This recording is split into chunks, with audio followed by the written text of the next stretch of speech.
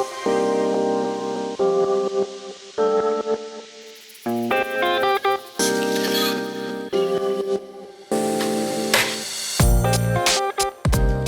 and welcome to episode 37 of GameSpot After Dark, GameSpot's official video game podcast. I'm your host, Jake Decker, and this week joining me is Lucy James. Hello. Kallie Plaguey. Hi. And Jean-Luc Seipke. Cheers. This week we have quite a few things to go through. We've got a couple games that we've been playing that we want to talk about, including Fallout 76. They just added their Wastelanders update. There is more cancellations. It seems like Gamescom has been canceled in some sense. And of course, we'll round out the show with listener questions. But before we get into any of that, how are y'all doing? We're doing all right. Yeah, you know how it goes. You know the vibes. Yeah, this is now what, episode 5 or 6 in quarantine or in self-isolation? Has it been that long? Social distancing? Oh my God. It's been a while. Yeah, I think it's 5 episodes, but if we count the Final Fantasy spoiler episode, which I'm plugging right now, if you finish Final Fantasy, you should definitely check it out because it is up. There are 6 episodes that we've put up while we've been in quarantine. Yeah, I don't know. Everyone's doing all right? Yeah, I mean, I'm trying to force myself to go outside a bit more because I spent the last couple weeks just staying in. Me and Timur started to do a thing where every once in a while at the end of the workday, we'll go meet out in the little courtyard because we live in the same like building complex, and that's actually been really nice because it's like this nice separation of like the day is done. I'm gonna go outside. I'm gonna chat face to face with Timur, and then I come back in, and it feels like a nice clean break between work and now not work. For the first couple weeks, I was walking the dogs to get a break outside, but the younger one that can walk the longest broke his foot. So my older dog, the dog Lucy, not the human Lucy, she can't walk super far anymore because she has arthritis. So I am like, what do I do now? So I have not been going outside, but I ordered new Lululemon yoga pants as an excuse to exercise. Or Wait, an official incentive. Lululemons or the official Lululemons? Oh yeah, like The real ones. Like oh, I man. dropped a good amount of money on some Lululemon shit because I was like, I need. Well, I have 2 outfits that I did not bring enough clothes with me. So I was like, I don't have any shorts and it's getting hotter. So I needed to order shorts. So I was like, okay, I'm going to order like workout shorts and then I'll have to work out. So. Oh, yeah. I mean, I definitely have day sweatpants and night sweatpants. To really get that separation between. I can't wear sweatpants. I can't either. I feel gross. I can't wear jeans, man. I can't wear jeans. If I don't have to be cut in half by my skinny jeans, then I absolutely will not be. Yeah, I think this is the difference between women's jeans and men's jeans in terms of comfort, because my jeans are only comfortable when I'm standing. So yeah, and I mean, skinny jeans.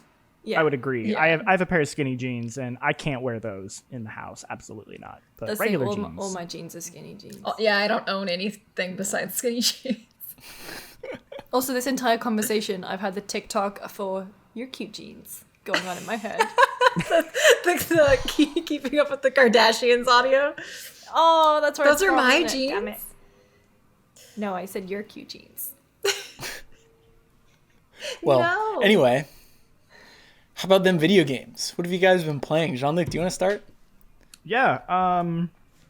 I finished Final Fantasy VII Remake since we last talked. I don't really have anything else new to add that I didn't say last week without like going into that ending, which you could check out a spoiler cast if you want to hear that. So I don't really have much else to say. I'm more curious to hear what you guys think about it. I think that's the big thing is like having played it. I'm just like so curious to hear what other people think about it. I kind of want to know what more like hardcore people think about it, especially like the deviations it makes, as well as what like new people like me think about it. Otherwise I've just been playing Animal Crossing. A lot of Animal Crossing. It's fun. It's kind of nice. It's like a daily routine. I like wake up every morning and I get like a good amount, like an hour of Animal Crossing in every morning with my girlfriend before the day at work, and that's like nice. But yeah, it's kind of it. Yeah. Not too much else going on in the world of Jean-Luc and video games. Well, Oh, that's really cute the way you phrased that. I love that. we have been playing a game, but I guess we'll talk about that a little bit later. Yeah, I figured I would save that for All right. you to kind of lead that conversation. All right. Callie, what about you? I've still just been playing Animal Crossing. I've been trying to do more like hangouts with friends via Zoom. And like I've been spending a lot of time with my family, so I haven't started Final Fantasy or Doom yet, but those are the two next ones I want to play. My dad especially really wants to play Doom with me, so I think we're going to try to get into that maybe after this show, because my mom is hanging out with her friends online. So we'll have an excuse to play Doom. But yeah, I guess the one thing I wanted to talk about with Animal Crossing was now that all the big spring events for the beginning of April are over, we can kind of reflect on that first event rollout for New Horizons. I would say like I enjoyed Bunny Day. I think it overstayed its welcome a little bit, but I didn't hate it the way other people did. Mostly because I don't think it replaced anything. Like it didn't, like, yes, it replaced some resources day to day. Like you'd get eggs instead of stone or whatever, but like you could also totally not shoot those balloons if you wanted to. After a little while, I was tired hearing the sound of the balloons, but whatever. I do think it was not a good idea to have Bunny Day and the fishing tourney overlap, because fishing up eggs when you're trying to do the fishing tourney is not good. That actually only happened to me once, but it happened to other people a lot more, and I think that was not the best timing. That happened to me enough that it was definitely very frustrating. I think the one I was more bummed about was the Cherry Blossom event. I didn't realize how short it was. Yeah, I didn't realize either. I thought Cherry Blossoms would be I thought it would be all of April, because I don't time travel, so I had no idea. And the guide got delayed, so I super have no idea. Oh, did it? Yeah, so I've just been going off of like people that I know who time travel, who tell me things, because I'm just like, I don't want to time travel. I just don't want to. It's like, fine if you want to, but that's not how I play Animal Crossing. So I will not go that far for a guide. I like writing guides, so not that much. Yeah, so I thought it would be longer. I grinded out balloons for 7 straight hours to get all of the cherry blossom recipes, which was insane. And it really does feel like cherry blossom season. You're not meant to get all of the recipes in 1 year. Didn't stop you though. It did not stop me because I really like cherry blossom stuff a whole lot. I think one of the cool things about the way it's implemented in Animal Crossing is, at least in Japan, cherry blossom season is like a really big deal. You have Hanami, which is the cherry blossom viewing, which is like a big event. When I was in Japan, I saw like I was there in March, so before cherry blossom season, but a couple trees had bloomed and there were like tons of people standing around the trees. So you do get that, like, it's so beautiful because it's so brief. But in terms of collecting in Animal Crossing, it's like, but I want to make the blossom lantern. So it's like the beauty of nature versus completionism. But I don't think cherry blossom season and Bunny Day overlapping, it was too much of an issue because they were separate, but the fishing tourney was just like one too many things. I feel like the fishing tourney could have been this coming weekend. Yeah. So that's just like a lesson. You know, Nintendo doesn't really do a lot of live service games. That's something a little bit newer to like the Switch, really. You have DLC for Breath of the Wild, for Fire Emblem, for Pokemon, and now for Animal Crossing to get like real ongoing support is kind of a new frontier. It's not an excuse for it to be rocky, because obviously ongoing live service games are not a new phenomenon. But for Nintendo, I'm like, okay, you'll figure it out. And I think they also had the disadvantage of, also a weird way to phrase it, but you know, no one knew when they designed these events that we'd all be stuck at home. So obviously it's going to feel like, oh my God, these eggs. But generally, I mean, my experience with Animal Crossing in the past is playing for that hour in the morning and then maybe an hour at night. and not playing for hours and hours straight as we have been doing. So those are my thoughts on those events. Yeah, just to add to that, I got 3 cherry blossom recipes and 2 are the same. What? I You was got to pretty repeat bummed. that early? That sucks. I got to repeat that early. I think it was, I forget what it was, but it was the picnic set. it was the bonsai tree, I think. Oh. Did you get the one I sent yeah. you? I got the one you sent me. That one I had too. Oh, rip. Yeah, so I kind of struck out, but that's okay. I guess I'll get them next year. I do really want to say really quickly that I watched Portrait of a Lady on Fire last night. That movie was absolutely beautiful. I want to watch that. Greg and Jen were watching it. I think a couple weeks ago, but I was having a date night over Zoom, so I didn't watch it. But the beginning got me interested. The elevator pitch is it's a French film about a female painter who is hired to paint a portrait of a woman. They're in like I want to say the 1800s or something. A portrait of a woman to send to her suitor as like do you like how she looks? Marry her then. Make her hot. But she, the woman who has to get married, doesn't want to get married. And then old-timey gayness happens. I was gonna say, I was getting that vibe. Yeah. From the beginning. I mean, it So was... there's subtitles then? Because I can't do subtitles. I won't do subtitles. That's such a lie, Jake. You've seen Parasite. Yeah, you saw Parasite. There are subtitles. Yeah, but I didn't read any of the subtitles. Okay. You just didn't have a clue what was going on the whole time. And I was just watching. The shots were nice. Yeah, he's just Framing like, was wow, good. this house is so pretty. Cinematography, I watch everything with subtitles, man. I know, me Like, too.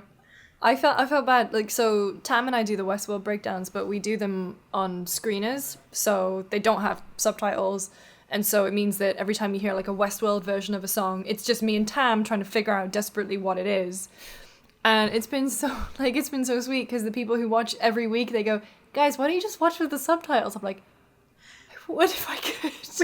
Believe me, I would if I could. Oh. Also, Lucy, I have to confess that when we watch Love Island, we have a group that watches You have Love to put Island. the subtitles on. We for put that. the subtitles on because there's too many Geordie ass people. For like, Wait, what I are you sent saying? this to you, but there is a Netflix. It looks trashy as hell. It's coming out today. Yeah, today. Me, Greg, and Jen, we're like, we've cleared our Friday. We're just gonna watch it. It's basically a new Netflix show about a bunch of hot people. I guess they're on holiday or on an island, and the rule is that they lose money if they have sex with each other. So it's just like the Blue Balls What Island. a concept! And it's like the opposite of Love Island. But it's like a weird mix of Australian and British people. There's a bunch of people from Essex in there and an Australian guy from what I could see on the trailer. And I was like, I can't wait to watch it. This looks awful. If I don't hear muggy, melt. Oh, you absolutely melt. Also, I remember seeing the trailer for it. It's like a robot telling them what to do. Yeah. There's like an AI. It's like an Alexa. Because I remember one of the guys is like, no robot's going to tell me who I can and can't have sex with. And I'm like, what? Yeah, but it's like Maybe I need to watch this. because we started watching The Circle. The Circle didn't really do it for me in terms of trash TV. Because we also started to watch Rock of Love a few weeks ago. Oh my god! Also- you can't make a show like that anymore. Let's put it that way. Yeah, I do. So, on the subject of like romance TV, there's a season of The Bachelor happening right now. I've basically only watched a couple episodes of The Bachelor in my life, so I don't know a lot about it. But it's like music themed, and a guy I went to high school with is on the show. So now I have to watch it. Yeah, you He's absolutely have he's to watch really it. really nice, and he's a really talented musician, so it should be cool. Are you guys familiar with Nakey Jakey on YouTube? Yes. He did a really good video, I think a couple weeks ago, where he talked Jake's about alter like ego. the history of like trashy dating shows. and like why he Ooh, loves yeah. them. It's really good. It's like a really entertaining video. Highly recommend it. His video essays on that kind of stuff are always way more entertaining, in my opinion, than his video game ones. Like his video game ones are I still agree. great, Yeah. but like I always get more excited when I see he's got a new upload, and it's just about some random thing he feels like it's Scholastic time to Book talk Fair. about. Yeah, exactly. Scholastic Book You're like, Fair one yes! is so good. I have to watch that. I loved Yeah. the Scholastic Book Fair. I You did should watch too. the Highlight Scholastic it, yeah. Book Fair. You should definitely watch the one about dating shows. Yeah, Because his conclusion is like basically just like, I'm depressed and I love these, and I'm like, it's all of us. Yeah. He's all of us. He Mood. represents. Last one. On 90 Day Fiancé, there's a man who's been dating a Russian woman for 7 years. And he's gone to Russia to meet her for the first time because he's never met her. Oh my god. She told him to meet her somewhere and she didn't show up. So he's No. gone to her hometown and is hoping to just bump into her on the street. Oh He's definitely God. getting catfished. The end. Oh, that poor guy. I know, it's a lot. Oh my god. So that's what I I've been like- doing. I can't watch like the stressful ones. I want to watch the Trashy Rock ones. of the Rock of Loves. The thing that gets me about Rock of Love, right, is that he ends every. Sorry, hold on. What is the premise of Rock of Love? I Oh gotta my know that god! first. So Rock of Love is from like 2006. It's Bret Michaels from the band Poison, and Okay, this is a winning formula already. I can tell. it's awful. It's all on Hulu. And the premise is basically it's something like 20 odd women, and they really ham up the rocker chick. They give them so much booze. They are clearly on drugs too in that first episode. And then, oh yeah, Bret Michaels has a bodyguard called Big John, and Big John kind of like does the weird thing of like vetting the girls for him, and to get to the next round, like in The Bachelor, it's the rose, but in this you get a backstage pass. It's very, very good, very thematic. But also, the reason I said earlier you couldn't make a show like this these days is because, first of all, Bret Michaels calls them all, oh yeah, look at the babes. And there was there's a bit where he's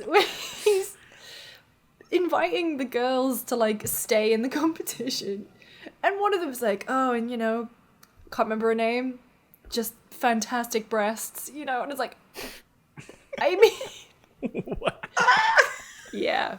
And there's the first time that there's like 20 odd women, and they get rid of I think 5 or 6 of them, and it's so awful because it's all the older ones. Yikes. And it's like, oh, you just couldn't get away with this. Dude, the mid 2000s were What a time. yeah. Yeah. Also, he says things like, I was just having this conversation with her and it was really turning me on. But he says the phrase really turns me on like 5 times an episode. Is it like take a shot every time he says really turns me on? Yeah, pretty much. All right. I've also been playing Final Fantasy. I haven't been watching just trashy shows. Speaking of horny on main, Final I was Fantasy about to say. Yeah. What are your thoughts so far on Final Fantasy? Are you a Tifa girl? What's I'm a Tifa girl, but I'm Okay. at the section now where I'm like hanging out with Aerith, and I do love her, but I think Tifa's always going to be my best girl. I do love Jessie love too.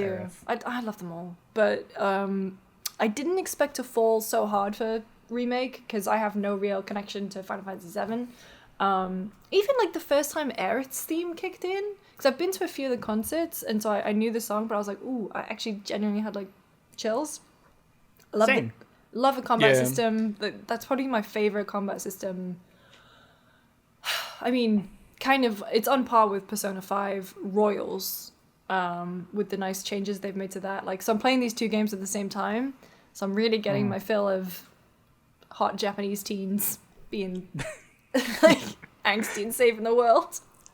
I feel like what you're saying about like how you feel nostalgic for it, even though you don't really have any experience with it, is like something that I'm feeling too, and I think a lot of people are feeling as well who haven't played it, 100%. just because like that game is so iconic. Even if you haven't played it, you recognize the characters, you recognize the music, you recognize the setting. Like everyone knows Midgard, knows there's the reactors around the center and stuff like that. But even like, as someone who like, I remember when people were talking about it, I was like, yeah, I don't really care too much about it. I'm going to play it because I'm curious. Then it got a 10 and I was like, all right, I got to play it now.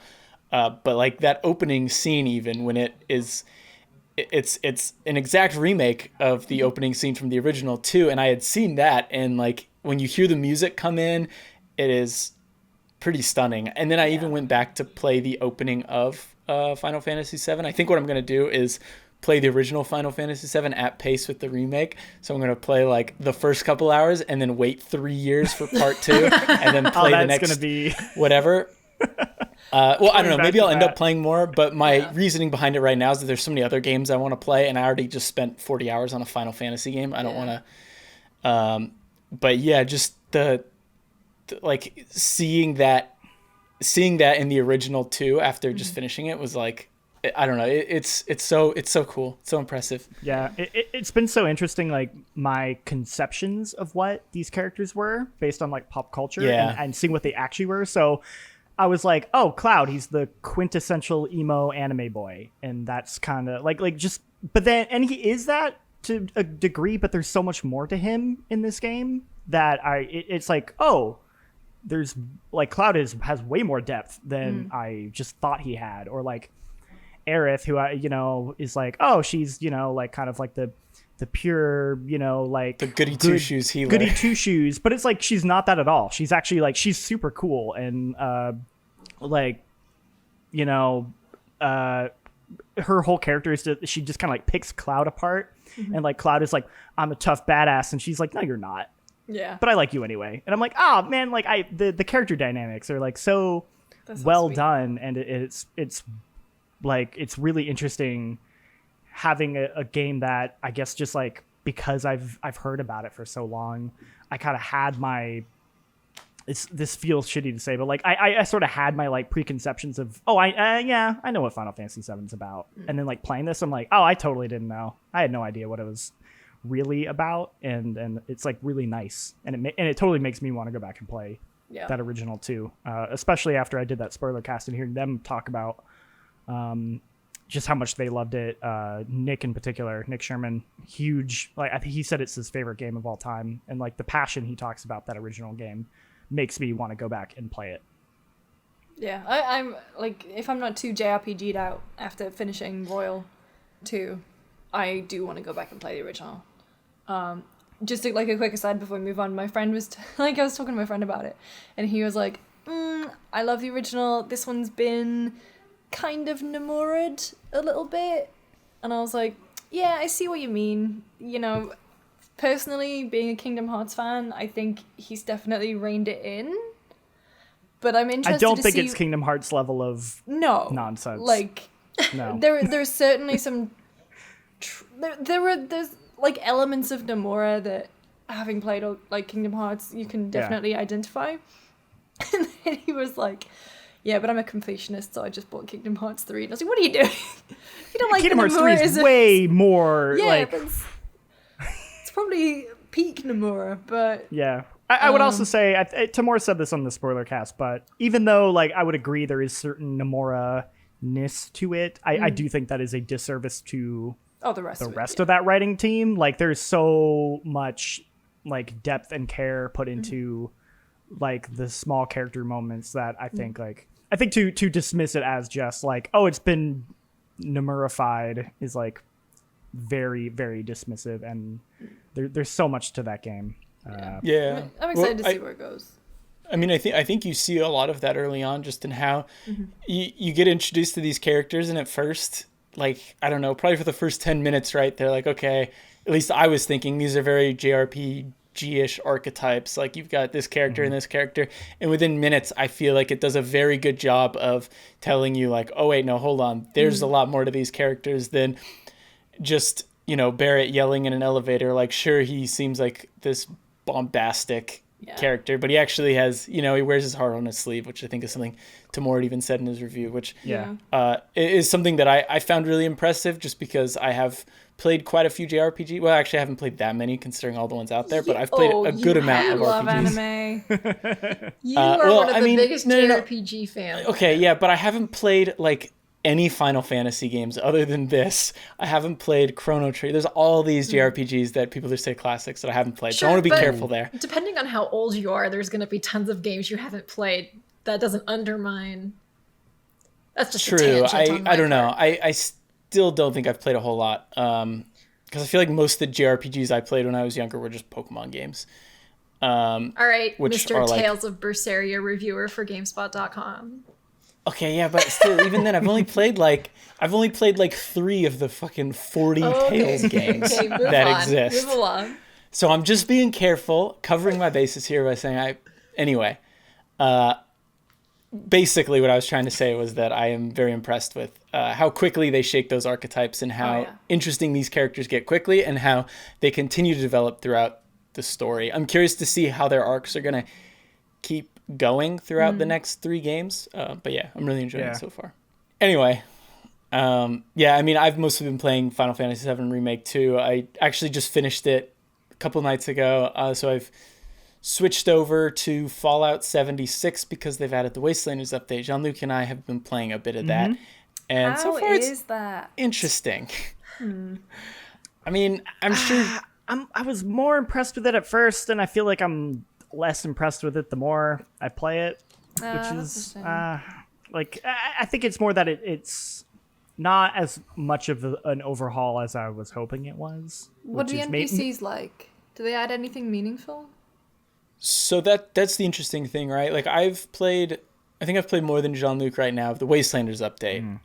And when you first get out of Vault 76, you're pretty much introduced to like a bar where you can complete quests for this woman. And they're very, like, they feel like Fallout quests in that there's skill checks. There are different ways you can tackle missions. There are like dialogue trees and whatnot. And all that, well, I thought was pretty interesting. And I enjoyed it for the most part. Like it, I don't know if I'd say it was up to par with like, I don't know. It's tough to say on the quality of writing because I haven't played enough of it. I think it's better than Fallout 4. We were talking about this the other day when we were playing. From what we've seen, yeah. Like I've laughed more at some of the situations than I did in the entirety of Fallout 4. Or there's just more there. Like Fallout 4, it had like that very... it was like that Mass Effect. Like there's 4 options, and we were kind of talking about how like it felt like there wasn't much of a character you could create with those options. Because it's just text and your character doesn't talk. It feels like they have a huge amount of variety in how your character can respond. So even though it's probably not anywhere near the level of like a New Vegas, I feel like it's a step in the right direction. It feels like they've learned their lesson from Fallout 4 at least, and it feels more substantial than that.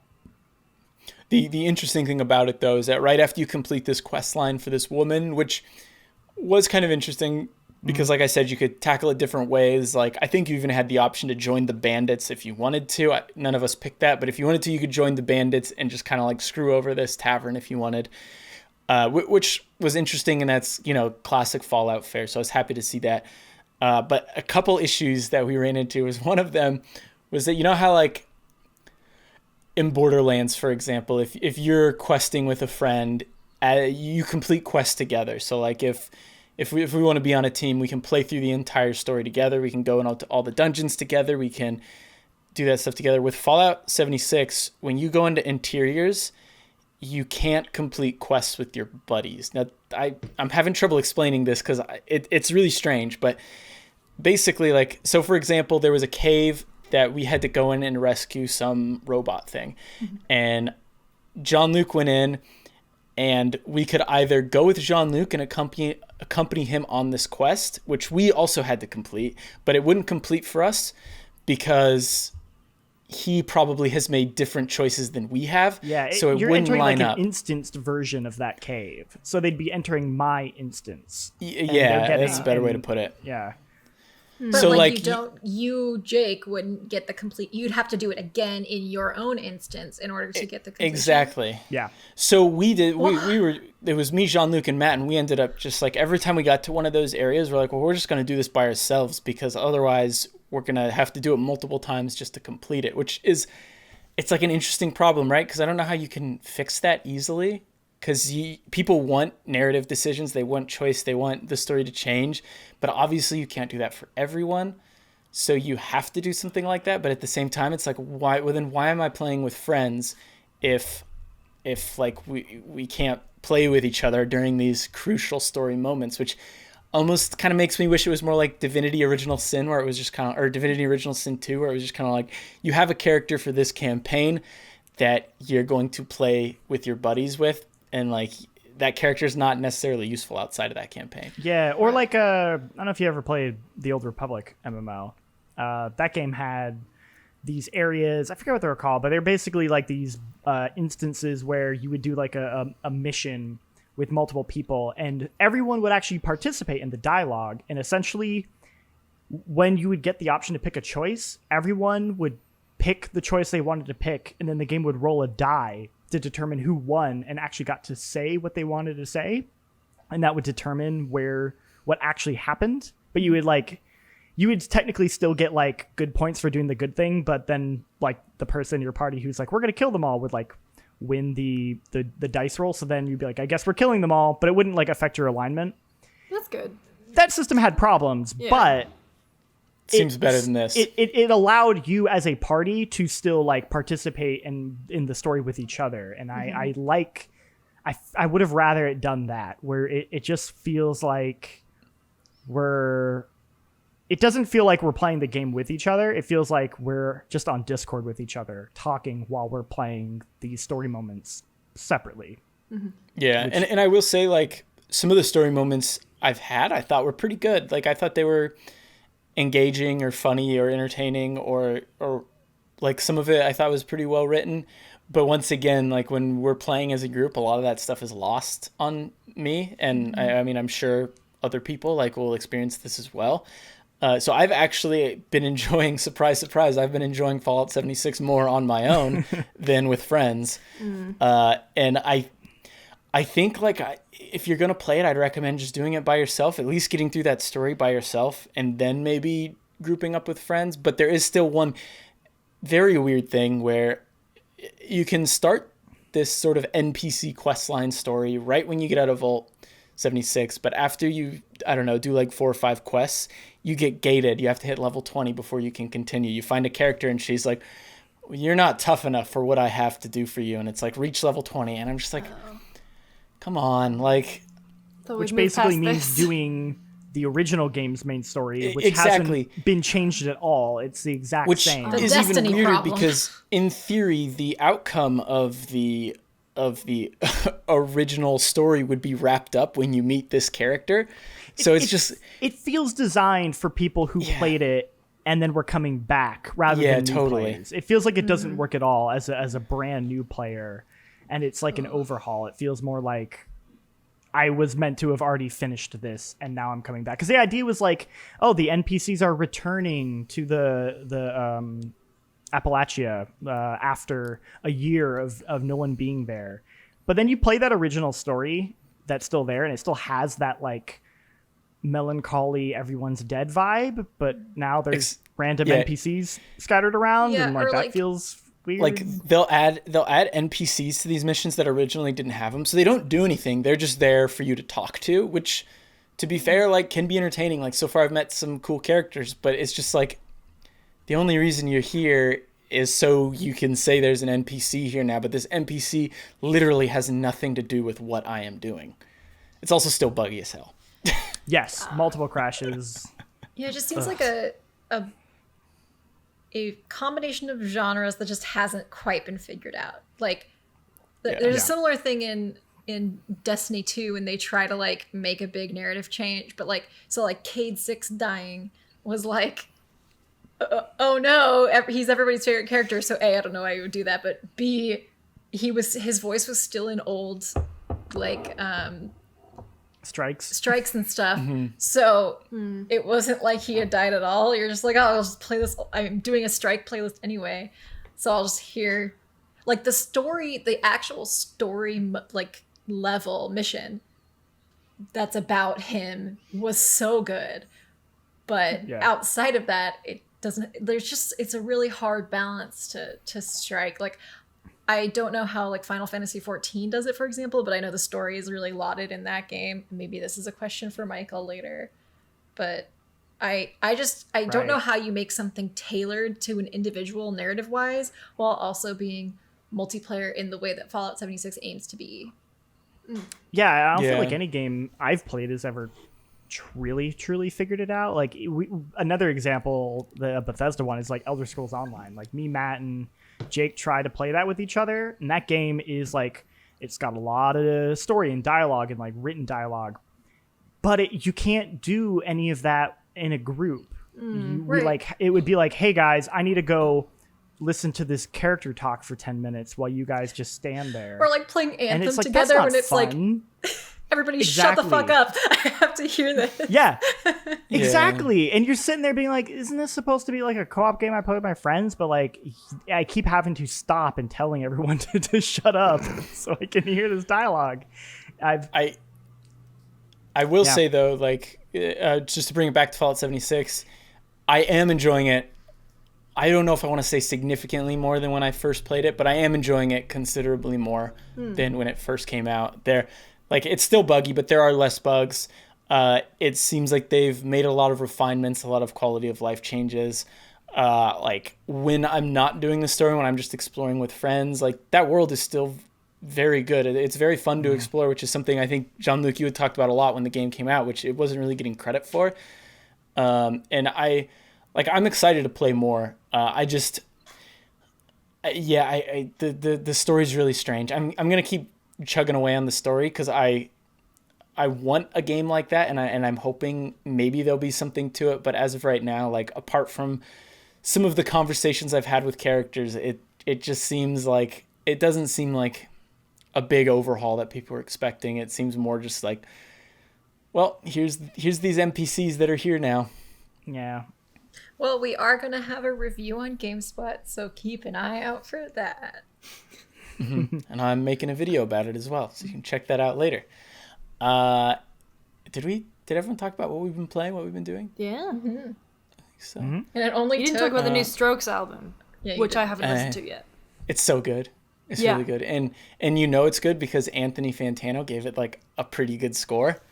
Wow. Which, a lot of times I'll listen to an album and I'll think it's good and I'll watch his review and I'll be like, okay, maybe this album's bad. But no, I was like a sigh of relief because I'd been listening to it all week. I was like, yes, thank God he likes it too.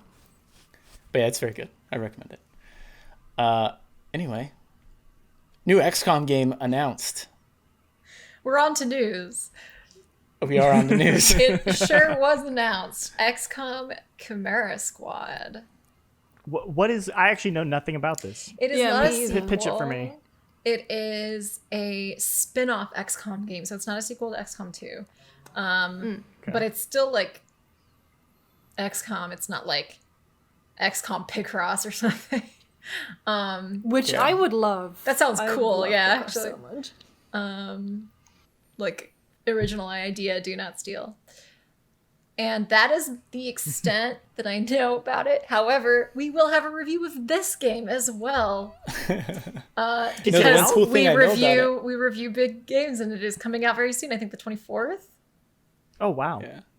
One of the cool things about it, though, is that it's $10 for, I think, the rest of the month. Like, when it comes out to the rest of the month, and then it'll go up to $20. So it's pretty cheap. Like, it sounds like if you enjoy XCOM, it's kind of you might as well go for it. Personally, I haven't played much XCOM. Our XCOM guy doesn't work here anymore. So. I like XCOM, but like I am pretty terrible at it. I could never play it on Iron Man. But I like it a lot, and it just came out on Switch, right?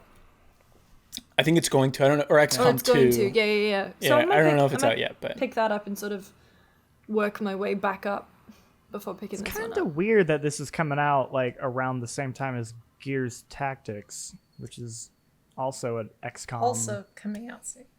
Yeah.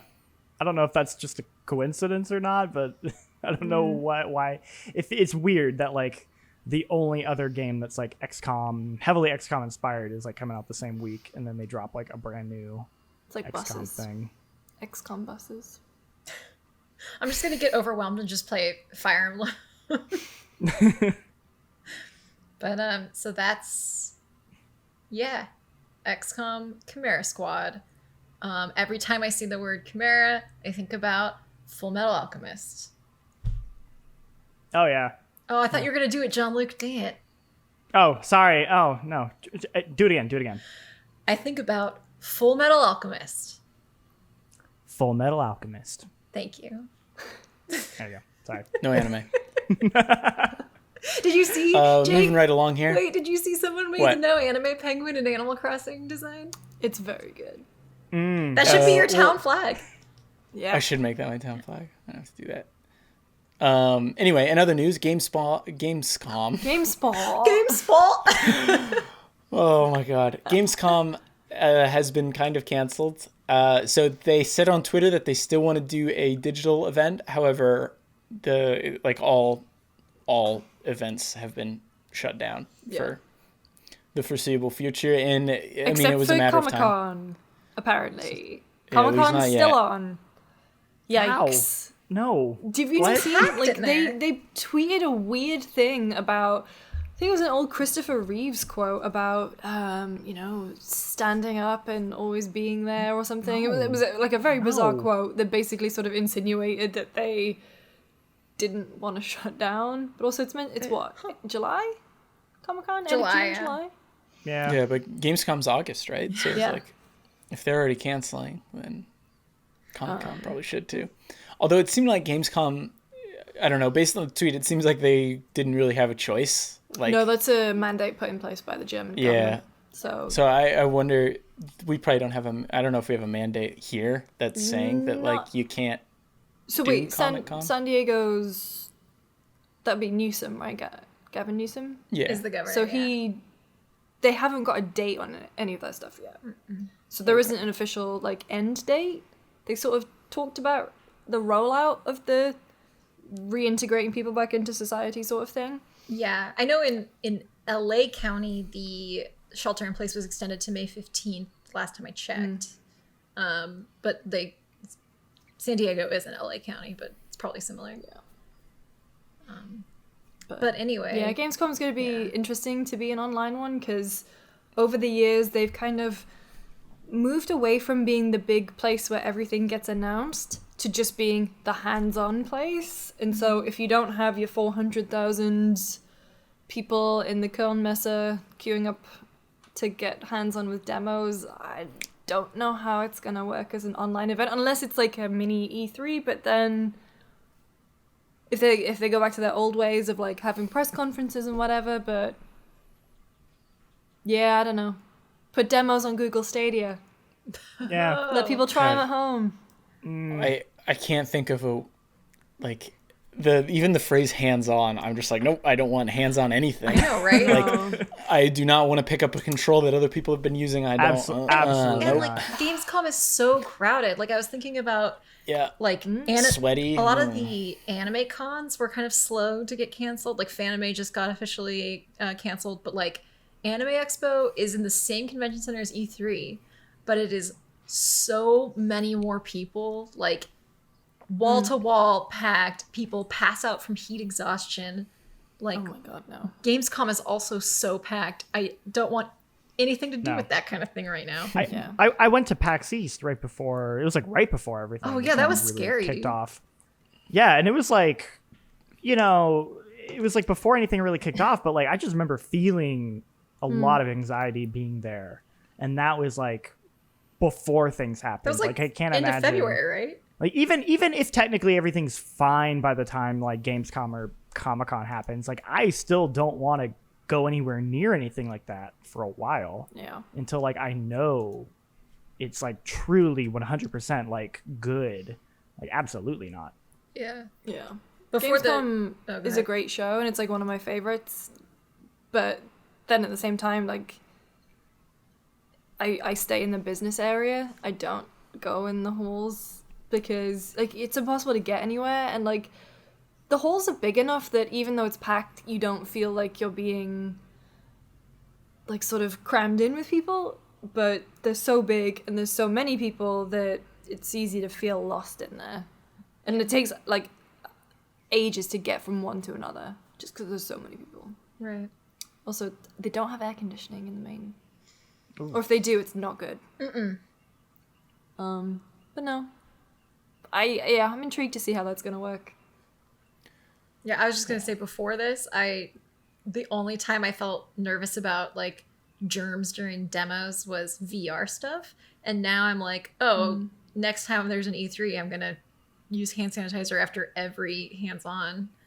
Like just Yeah. little things like that. I'm thinking about how my approach is going to change, and so this kind of thing being canceled is My favorite booth Messing. at PAX East was it was the 20XX booth, and that guy just had multiple giant Costco-sized bottles of hand sanitizer. He's like, I'm ready for it. Do you need hand sanitizer? Have some before, have some after. I'm like, you're my favorite guy. You're my favorite guy here. You know what's up. Well, moving on then to a new Crysis game in the works, possibly. So the background behind this is that the Crysis account tweeted, "Hey Nomad, you still with us?" and receiving data on April 14th and 13th. This is the first time they've tweeted in 4 years, it looks like. Someone found the So- keys to the account. Either that or On we an got a old new phone. Crysis coming, Still which is logged in. interesting. I mean, sure. Crysis is interesting. Crysis is an Who's gonna interesting do series. that? They're giving it to Dice or someone, or Oh, I mean, Crytek is still around, right? They could still do it. They're they're focused doing on Hunt the Showdown. Showdown. But that game is, I mean, I think they're just updating it Yeah. over time, but I think it's mostly done. I love the original Crysis. It's like one of my weird, no, cult classic is the right word, but it's sort of like it's a game that I like legitimately love the first game. I think it's so good, and part of it is because it was basically a sequel to the original Far Cry in terms of like the design and sort of like, okay, each area is a sandbox, and the way you could interact with enemies and the AI and the different like suit powers. Like, I would just play levels over and over again and do them in different ways and do them on different difficulties, and I loved it. And I absolutely hated Crysis 2 because they got rid of all of that, and they just made it this like linear like shooter that just felt like it was trying to be every other shooter. It like all the personality got sucked out of it. I didn't even bother playing the third one, which I heard was like better than the second, but it still wasn't that open-ended thing that the third one was. So like I definitely want another game like Crysis 1, like playing like Crysis 1, but in terms of like Crysis as a franchise, I don't really care. That game's story is like batshit insane. I like looked up like the plot synopsis for Crysis 3, and it is like literally the most insane like plot I've ever read. Like, it is absolutely insane. You should look it up sometime. It's wild. Also, that tweet said Nomad, which is the character from Crysis 1. He dies in like a comic book in between Crysis 1 and brilliant. 2, apparently. So I'm like, what does that even mean? Are you bringing back Nomad? Are you Retcon. remaking Crysis 1? Are you retconning it? I don't Yeah. even know. Like, it's just, like I said, I love Crysis 1, but I look at this and I'm like, I don't even know. Like, I don't what know is you this? anymore. Do What I happened to trust you us? to still make a good Crysis 1? Because you had a chance to make a sequel to that game and you messed it up twice. Also, like, Ubisoft has like kind of used Nomad for like half their protagonists recently. Like the Ghost yeah. Recon games, Oh, you're really? Nomad, and Siege, they added a Nomad, an operator named Nomad. So when I see it, I'm like, huh, is Crytek like using their engine for Ghost I don't know. Like, I'm just like, I like, it Also, takes me a while to get to there. Nobody's like, oh yeah, Nomad, the main character of Crysis 1. Like, no one Yeah. thinks that. No one cares. I love that game. I don't care. Dude, the only Don't thing hit I me know, about Crysis is just, but can it run Crysis? That is my Yeah. only That touch and the suit going maximum armor, maximum strength. Like, put that in there, and I'm good. Like you needed if they tweeted maximum strength, I'd be like, let's go, let's do it. Yeah. I'm on board. Yeah, I mean, I think at this point, the thing I'd be most interested in is just to see what absurd boundary they plan on pushing in terms of graphics, because I feel like that was the thing with the first one, even though I couldn't play it because I wasn't able to run it. A lot of people couldn't play it because they run it. It was still cool to see, like, here's everything they managed to fit in a game, because the game still looks great, and that came out, almost a decade ago? Over a decade ago? I don't know, a long time ago. So that's definitely what interests me the most as of right now, like just seeing what they do with it. But yeah, like I'm not like, oh, Crysis, I'm so excited, we got a new one. However, do you have more to say? I was just gonna mention, somebody, I forget who in the GameSpot Discord, shout out to the GameSpot Discord, put a video that was like a modded version of Crysis 1 that uses like ray tracing. That game still looks so good. Like the water tech Yeah. with like the ray tracing mod. I was like, damn. You should potato mode that, Jean-Luc. Oh, we did actually. It's been done. Joey did one. Yeah, Joey Joey Potato Mode in Aw. Crysis. Too Bring it late. back. Too late. Shout out to Potato Mode. He's so ahead of the curve. Ahead of the peel? Rip Joey. Ahead of the peel? I will say, though, I am excited for a Resident Evil 4 remake. Oh, yes. I know that's a bit controversial. Oh, yes. I mean, if they do what they did with RE2 and not what they did with RE3.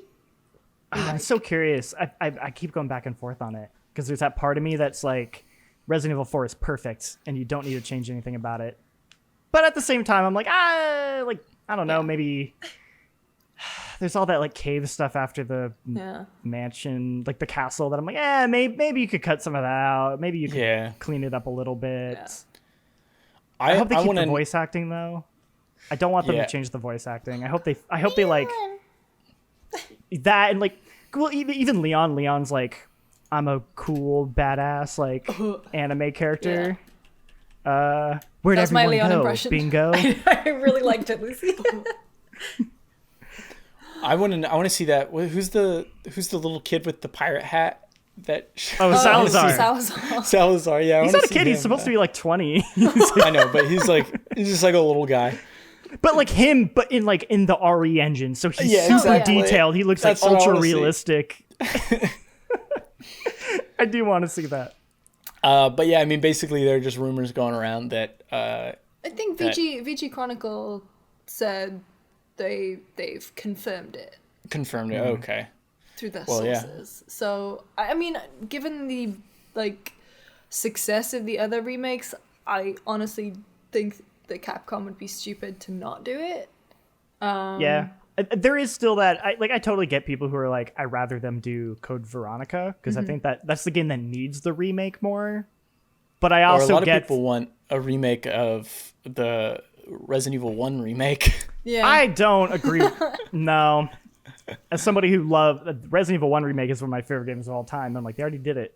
They already remade it perfectly. But I get that, like, from a money-making perspective, like, 4 would make them way more money than, like, Code Veronica would. Yeah, I saw someone tweet, like, what does Capcom have to gain from this? And I'm like, a lot of money. Money. That's what they have to gain from it. Like, you kidding me? Like, God, I mean, I'm very much team that I would love to play it. Because I think, like, even if they don't do a great job of it, the original will still exist. Oh, yeah. Right. But I think that, honestly, I don't think they would mess around with 4. Yeah, I don't think so either. Yeah. Well, I was kind of curious. Like, I wonder if people would be more excited about this news if Capcom hadn't literally released that game on every single platform. Like, I wonder if they just released it on GameCube and maybe like PlayStation and then just didn't port it to anything. Well, so that and was then announced it. But like the weird thing is that it's on. It came out on 360, Xbox One, PS3, PS4, Nintendo Wii, Nintendo Switch, like Steam. Is just like a long list of ways you can already play this game that still holds up incredibly well too. Yeah. So that was my whole theory about why they remade 2 and 3 in the first place, was because Capcom loves to port games to new platforms, specifically Resident Evil. You know, they've ported Resident Evil 4, 5, 6. They've ported the remake of 1. 2 and 3 were the only real big ones they couldn't do that with because they were PlayStation 1 games. So it made sense, like, if we remake them, they're now easily portable, like, to different systems. So that made sense to me. And you're right in that, like, well, wait, why do you need to remake Resident Evil 4? You already have the ability to port it to other systems. So I guess it is more of just like more money, I guess. I don't know. People do like playing things at a higher fidelity too. Like if It's they true. Let's Go.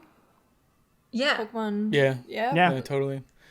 I mean, I'm. What's also interesting too is like, go ahead. I was just gonna say, and you have people who never played the first one, who didn't have those consoles originally, maybe who. Yeah. Yeah. There's all sorts of reasons, I think. I mean, we've that, literally like, a spent this port wouldn't episode be talking enough. about how great Final Fantasy VII Well, Remake is. Yeah. So, like, Yeah. kind of already made the arguments for ourselves here. Yeah, that too. But also just like people who I think if you like are a younger person who plays games, or you haven't played games in a while, or you just started playing games, going back to older games can be really rough. Yeah. Like, I the think language of Resi 4 is very different. Like, you can see the way that it's influenced modern action games, but unfortunately that means, like, unless you've played it before, going back is all the more difficult. Yeah, I would agree. Like, I think the design and structure of that game is, like, still really solid, but the aiming feels not as good. Yeah. You can't walk. Like, I think there are certain things that they could change. Yeah, remember on GameCube it was the A button to shoot? They got rid of that in other ports, but you'd have to hold yeah. R to pull out your gun, and then you'd hit A to shoot, and it was just so weird. I remember being like, what are you thinking? Like, One of the best versions of that game is the Wii version. The motion Yeah. controls It are is. very good. Yeah. Actually, the Wii version of Okami was really good too. Yeah. Yeah. Yeah. I'm curious, though, because you mentioned the Final Fantasy remake, and that is, like, maybe, like, the extreme of, like, they took that as an opportunity to dramatically overhaul that, where this, I wonder if Capcom... I wonder what direction they go, because I could see them going the direction of, we're going to keep it pretty faithful, but it's going to look nicer, and maybe we'll update the controls a little bit, versus, like, a more Resident Evil 2 reimagining. Like, I don't know which one I would prefer. Yeah. Me either. yeah, I'm not sure either. I'm curious, like, how they'll, because it seems like there's, like, I guess a new Resident Evil canon kind of happening with all these remakes, and I'm curious to see what they do with 4 story-wise in order to make that fit, because I know a lot of people probably wouldn't want them messing with the story, but at the same time, they're kind of already doing it in ways in Resident Evil 2 and 3, and if they're remaking 4, they'll probably use it as an opportunity to kind of tie it into this That'd be kind of revised weird. Resident Evil narrative. 4 is so self-contained of all the Resident Evil That's games. true. It's like the one that doesn't need to relate to anything else. And if they want to try to, I guess, but I don't know. I don't think they need to. Adam just did a full timeline of Resident Evil, Oh yeah, plug Very that. good. which very good. is amazing, but also, like, just always forget 35 how minutes. batshit. Yes, 35 minutes long, but it's in depth. I also forget just how batshit that franchise gets. Oh, I Like, love it. It's weird that Resident Evil 4 is kind of on the scale of things relatively normal compared to some of the other stuff that happens. I think 4 has a level of self-awareness to it. Yeah. It kind of knows it's dumb in spots. Like, when you have, like, the kid, like, Salazar dude in the castle, you're like, oh, okay. Okay, we're playing... that's what this kind of game is. Yeah. Some of those other Resident Evils, though, maybe take themselves a little too seriously. I want them to remake 5 and 6. I'm just kidding. Anyway, let's move on to listener questions. You know what? If they want to take another crack at 6. Actually, sure, yeah, go for it. wouldn't be Why a bad not? idea. You can only make it better. This first listener question is long, but we had to include it because the subject was my piss-filled Xbox 360 controller. Who wants to read this one? It's a long one. All right, Kallie, you go for it. Hey everyone, love the pod, and I'm using the current nightmare scenario we're all living in to catch up. Just finished episode 30 where someone wrote in about buying something from a game store that was filled with piss, and I can relate to that story. Some years ago, I had a broken wired Xbox 360 controller I needed to replace. The shell was cracked up and the sticks were totally worn off, so I went to my local GameStop and bought a used replacement controller. When I got the controller home, I immediately put it to use. The controller had some issues, so I grabbed a screwdriver to open it up with. After removing the screws, I started to open the controller. First, the smell hit me. Like stepping into the house of my aunt who owned too many cats on a hot summer day. The stench was strong. It really paints a picture, doesn't it? With the top of the 360 controller out of the way, I then moved the board of the controller aside and, to my horror, found a small pool of urine sitting in the back portion of the controller's shell. How did this happen? In retrospect, 360 controllers apparently sealed up nicely, as I didn't catch a whiff of anything at all before opening the controller, but also it wasn't sealed up well enough to keep the piss from coming in. It also had been in the controller long enough that the metal components in the controller were starting to corrode. I then had an idea. I tossed the guts to the piss controller, soaked everything else in a cleaning solution for a few hours, took the guts from the other busted controller I owned, placed it into the now pissless shell, and it was good as new. Needless to say, that became the Player 2 controller. Though winning in a game with that controller became a point of pride among my friends. They knew it was the piss controller? Oh, yeah. I'd tell all my have friends to. that. Yeah, you'd have to. I suppose I could have just returned it, but it was a GameStop that I frequented, so I felt very self-conscious about returning a piss-filled controller. I couldn't tell them it was filled with piss because that meant I opened the controller. How did they not know, though? How did the person They said at it was sealed GameStop... up. They said it was sealed up and They were couldn't get sealed it. up well, I guess. Yeah. So, what would you all have done in this scenario? Do what I did? Throw the controller out? Or try to exchange the controller for a different one? If you think you would try to exchange it, how would you handle this exchange? Would you be like, yo, someone peed in or on this controller, I think I need a new one? Also, have you ever fixed anything before? Preferably gaming related, but all stories welcome. Also, how did piss find its way into my controller? Thanks, Kevin from Mentor, Ohio. I love this. So many email questions. So much. I mean, I would have thrown it away. I'm eating that. Yeah. That however much I spent on that controller. No, he says, like, when I got the controller home, it had some issues. I wouldn't even get to the piss-filled stage. I would have taken it back then and there. Yeah, that's probably what I would have done. That's a too. good point, yeah. I've never opened a controller. Like, or unscrewed I. anything, because I would be too afraid of... I mean, I don't think you'd... I have done that. Yeah.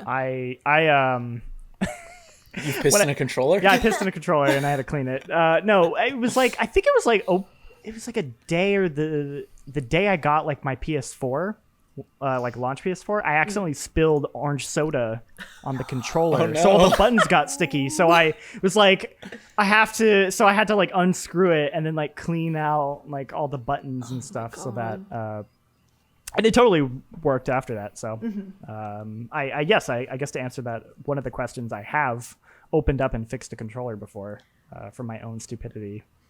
My But PS2... Oh, sorry, Kallie, go ahead. I was just going to say, to your point on returning it when it didn't work very well, it depends if my dad was there, because if my dad was there, he would have opened up the controller, but I am too afraid to do stuff like that. But if I had found piss in a controller, I would have thrown it away. I don't even... That's money that I just have to say goodbye to. How much piss was in this controller? A small pool. A small pool? Who's peeing? Like, how are you Was it like a transferring cat? this small Did a cat pool pee of on the pee? controller? Yeah, I Like, bet what? it was an animal that peed on or near the controller. No, I think it was like... It was someone like, I'm Yeah. taking this back to GameStop. Yeah. I bet I'm it's I'm sticking selling it it to to the them. man. Would you do that? If your animal peed on a controller, would you throw it away, or would you say like, maybe I can make a couple dollars off of this at the local Again, GameStop? I'm throwing that shit away. I'm not dealing with that. Oh, no. Just quickly wipe the outside and seal it up and be like, No, hey, it I is don't need dead this to me. anymore. How did pee get in this controller? This is 360, like so maybe the thumbsticks, like there's that little crevice because in you there. can pull them up, can't you? You can pull them up. That's my theory. This is like a riddle that I'm gonna fall down this hole. I'll never solve it. This is my white We whale. could do some tests on video. We could like simulate. We could make On a video- okay, no, that's a different type of website, mate. Well, no, with like water. We'll use some water and we'll like try and like figure it out. We could for science. I mean, Some yellow Gatorade, Oh, pour it on the controller, trying to figure it Anyway. out. Should we move on to the next question here? sure. I love that question. Actually, I'm going to read these two together, but they're from the Discord server, Robert J. and Forrest L. Here we go. Do you guys have any games, books, or TV shows that you wish you could wipe from your memory so you could relive the experience all over again? That was from Robert J. And then Forrest L. followed that up with, what about the opposite? Are there any games you wish you knew nothing about, but don't want to go through for whatever reason? Wish you know everything about. Wish you know everything about, but you don't want to go through for whatever reason. For that one, I would say Final Fantasy XIV. I don't have the time to play it, But Damn, That's such that's a good one. answer. I wish I could skip that intro stuff. Oh my yeah, god. that's the thing. Like hearing about the intro and knowing how much time that people put into it, I wish I had the time. And I want to, like, I don't. They're apparently I wanna know redoing more it about all, it. so hopefully it's better. But That's a good answer. such a good answer. Yeah. What about something you want to experience all over again? Ooh, Mass Effect trilogy, Yeah, that's a good easily. one. Yep. Last of Us. Last of Us. Undertale. I never played Undertale, so Yeah. I'm in that position. I would like Eternal Sunshine from my mind, to relive that again. Books, I would say The Shining for the first time. Never read The Shining. Oh, actually, no, The Shining. That covers me for books and movies, because that's pretty much my favorite film. I would love to go back and not like experience for the first time, but I guess, well, kind of like I would love to watch some movies that I had spoiled for me, like the twist, like without having had the twist. Like I would love Dude, to like watch. Sixth Sense. Yeah, exactly. Like Sixth Sense. Like I would love to see Sixth Sense blind. Oh, we lost We Jake lost again. Jake's camera. Yeah.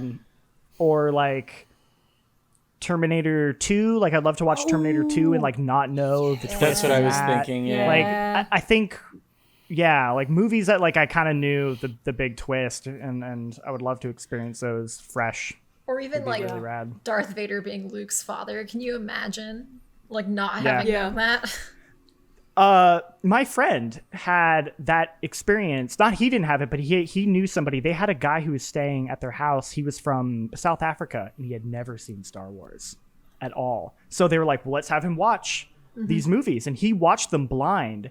And he was like, these are the greatest movies ever made. And it was like, that's like so cool. It was like this guy in 2015 in his 30s who like had a fresh experience of Star Wars. And I was like, wow, So cool. that's so cool. I wish I could have that. That sounds rad. Yeah. I would So say like I would say movies from my childhood that I have, like The Princess Bride, I pretty much have committed to memory now. But if I could watch that again fresh, I would do that in a heartbeat. I think it was Serious Business in the Discord said guessed mine, which was Danganronpa. I would love to replay the Danganronpa trilogy fresh. That would be incredible. I also, for books, I would love to read all of Gillian Flynn's books. She wrote Gone Girl and Sharp Objects, and I would love to read those fresh again. I really love murder mysteries, and it's kind of, they're not really like rereadable in the same way that some other books are. Yeah. Twin Peaks. I also kind of had a lot of that spoiled for me. Yeah, before I had watched that it. spoiled by my mum in a conversation where I said to her that I was going to watch Twin Peaks, and she just spoiled the ending for me. I got Twin Peaks spoiled for me on Twitter just as a coincidence. Literally Oh, yeah. 2 episodes before I was going to get to the thing. So, and then for a game I wish I could know everything about, but I don't want to actually play, I would say Final Fantasy XIV. I would also say like the Metal Gear games. Like I don't want to actually, like I just don't really feel like playing them, but I would love to know more Yeah. about the story. My friend actually did that. I have a friend who like didn't want to play them, so she just watched a bunch of Let's Plays, and now she like reads fan fiction about Ocelot and stuff. I love it. Oh, that's wonderful. I love that. Yeah. Oh man, I'm trying to think of things. I feel like you guys covered a lot of the things I would say. Yeah. I mean, I think the big one, Last of Us, Witcher. I mean, I don't know. I feel like with The Witcher, every time I play it, there's still more things that I haven't seen and new things I'm experiencing. So it kind of has that going for it. Yeah. Yeah. Yeah. I mean, you could say that you wish you could know everything about Danganronpa without playing it. Actually, that Because might be I know convenient. people who don't like actually playing Danganronpa, but they like the story. That's a tougher one for me because I feel like most things that I want to know, I'll actually want to put in the effort to experience it. Like I do want to actually play Danganronpa at some point. You should. So, like, everyone should. Yeah. 'Cause it's Yeah, the really best. like that Final Fantasy. Yeah, it's less I want to know everything about Final Fantasy 14, and I just want to find a way to skip. If I could skip that opening 60 hours, but also somehow retain all the information about it, that would be great. Yeah. For not a game, but I would love to know everything about One Piece, but I don't have time to watch 800 episodes. Yes. You know That's a what? good Sure. one. Yeah. And That's a good one. I do know a good amount about One Piece, considering I've only watched so much. But yeah, it's a lot. I really like this question. I was like, Yeah. hopefully we'll talk about it on the show. All right, Lucy, do you want to read the last one? Ooh, yeah. So this is from minute 5072 from our Discord. Playing through Nier Automata at the moment and absolutely loving it so far. What is the last thing you played / watched / read? God, that's hard to say. Played, watched, read that lived up to the hype. Also, have the rest of y'all watched Friday Night Lights yet? I never I have finished not. Friday Night Lights, but I watched a lot of it. I don't know if it ever, at least in my circle of friends, it didn't become as big as, you know, we were obsessed with the OC, with Gossip Girl, that kind of thing, and Gilmore Girls, but Friday Night Lights never really hit for us. Neither did One Tree Hill, actually. So I never wouldn't seen say I was forced to watch it, but it was not my choice either. So that's that on Friday Night Lights. So, you know, this question is hard for me because I review a lot of the games that I want to play, so there is no hype. I'm the person who has to say whether it's You're the hype hype-worthy. generator. So it's like, if I had heard that Death Stranding was good and then I played Death Stranding, I'd be like, wow, this really lives up to the hype because I loved that game so much. But I don't know how to answer this question. I mean, Titanfall, the hype is real. what is hype may never die. Ooh, you know There was what? no hype around Titanfall. PUBG. No, that was a... PUBG. PUBG? Because I didn't play okay, PUBG for yeah. a little while, and then finally I was like, okay, I'll play PUBG. And then I played PUBG every night for like months. Sorry, the reason I brought up Titanfall, the hype is real, is because I remember that was a box quote from IGN on Titanfall that was the hype is real. And I remember thinking the same thing, like I was excited for it because it was like a new IP, but like, was there a lot of hype going into it? So that's why I mentioned that. That's not really what I was thinking of. Oh, okay. But to Kallie's point, like, yeah, I feel like it's kind of different because we play these games and we hear about these games earlier than most people do, and we're kind of like trying not to get caught up in hype for the most part. So like the one that really came to mind for me was in 2013 when I played BioShock Infinite, because that was a game that I'd been waiting a long time for, and it went through all these development issues, and it took a long time, and I still had very high expectations for it because it was BioShock and I'd been waiting so long, and for me that lived up to them. I haven't revisited that game in a long time, but yeah, that is a game that I remember like just enjoying every second of that game and just being so excited to finally play it, and like I thought the ending paid off, and I thought all of it paid off. I think Red Dead Redemption for me, because that was the one where that was the game that I bought my 360 for. I was obsessed with the 101 trailers with in Red Dead Redemption, you played John Marston. Like, I was obsessed with those. And it was my kind of treat to myself for finishing a year of uni. And I was like, okay, I'm going to do it. I'm just going to buy a 360 and I'm going to buy Red Dead Redemption. And I remembered like playing through it over the course of about 3 or 4 weeks, and I was obsessed with it, and I loved it, and I adored the ending. And I would say that definitely lived up for the hype. I can't speak. I've been troubleshooting tech issues all day. I haven't gone outside in weeks. It's okay. I had Lucy to can't speak. I can't read. I had to go to Jean-Luc the My is face missing is controllers. obscured in hardware darkness. store. I had to go to the hardware store earlier to get a battery for my mic, and I stood there and I knew exactly what kind of battery I needed. It was a 9-volt battery, but they had 2 different kinds of 9-volt batteries, and the guy literally came up to me and he was like, "You all right?" And I was just stood there with 2 of them in my hand. I was like, I think so. It's fine, we got there. Yeah.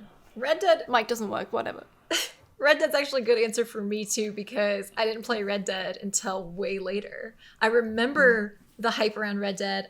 I specifically remember being in my pre-calculus class, and there was a guy in my class whose last name was Marston, and so like all the guys were like, because it had just come out, and they were all about it. And I remember being like, oh, I should really play this game, and then I didn't for like 10 years. And then I loved it, and it's one of my favorite games I've ever played. So, yeah. There you go. Yeah, I would say mine was probably Mass Effect 2. I remember being like so excited for that game. It's like it lived up to my personal hype, but I don't think I like was paying that much attention to like outside hype. It was just sort of like my personal expectations. The one example I can think of where lost Jake again. Where everyone like on social media kept hyping it up was into Spider-Man Into the Spider-Verse.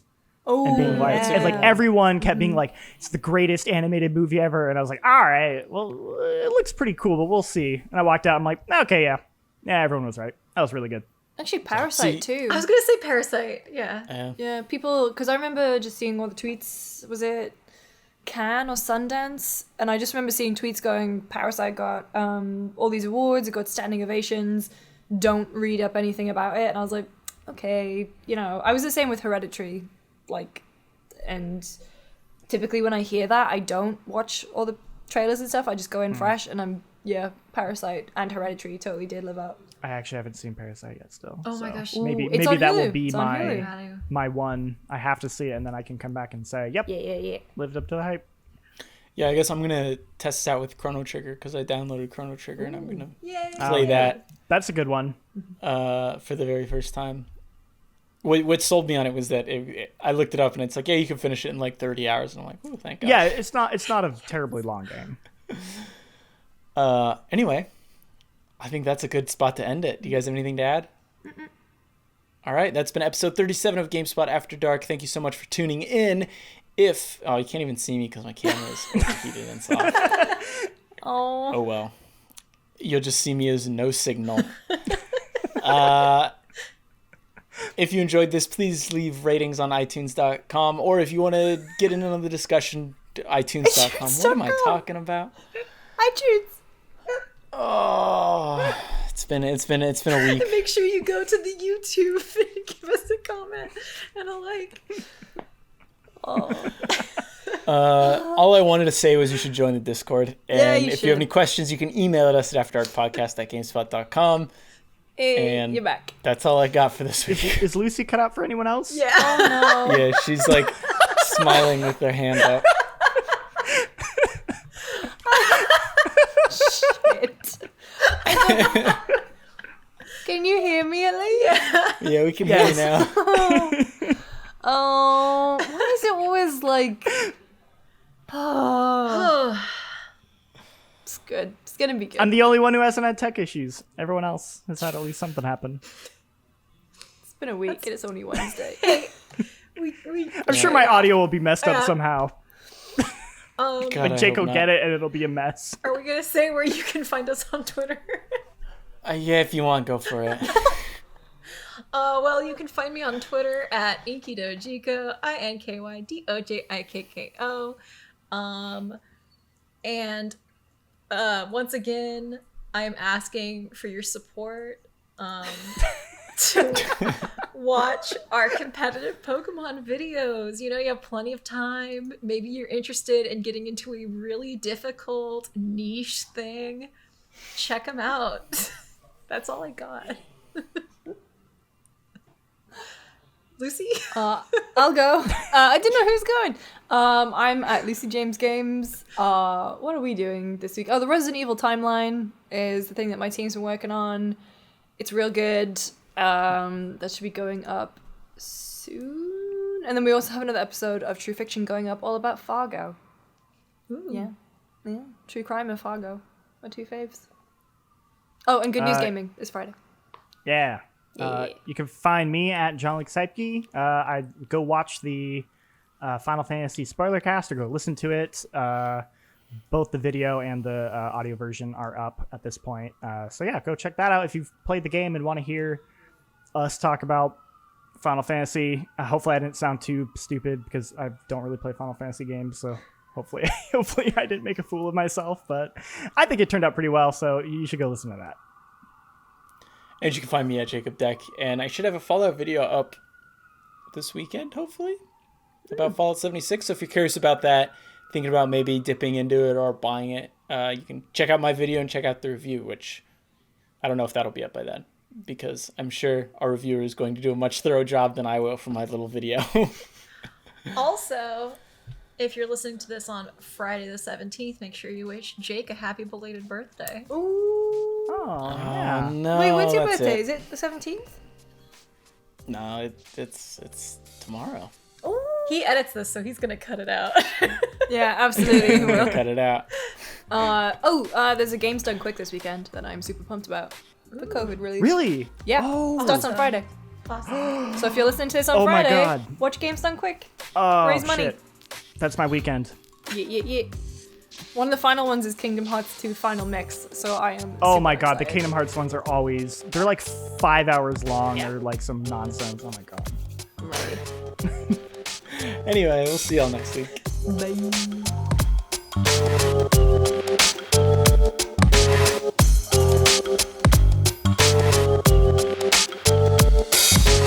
Bye.